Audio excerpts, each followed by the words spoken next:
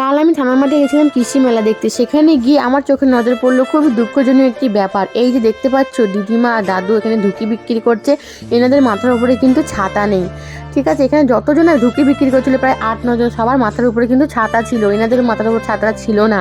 আমি দেখলাম সবার ছাতা দিয়ে কিন্তু টপ টপ করে শিশির পড়ছে, কিন্তু এই দিদিমা আর দাদুরা দেখো পুরো ফাঁকা আকাশের মাঝে কিন্তু বসে আছে, ওনাদের কিন্তু শিশিরগুলো কিন্তু গায়েই পড়ছে।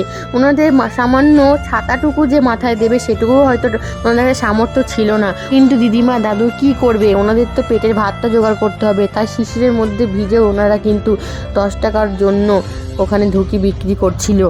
পাশে অনেকজন ধুঁকি বিক্রি করছিল, সবার কাছে কিন্তু সবাই খাচ্ছিল, সবার কাছে যাচ্ছিল, দিদিমা দেখছিল যে ওনাদের কাছে কেউ আসছে না।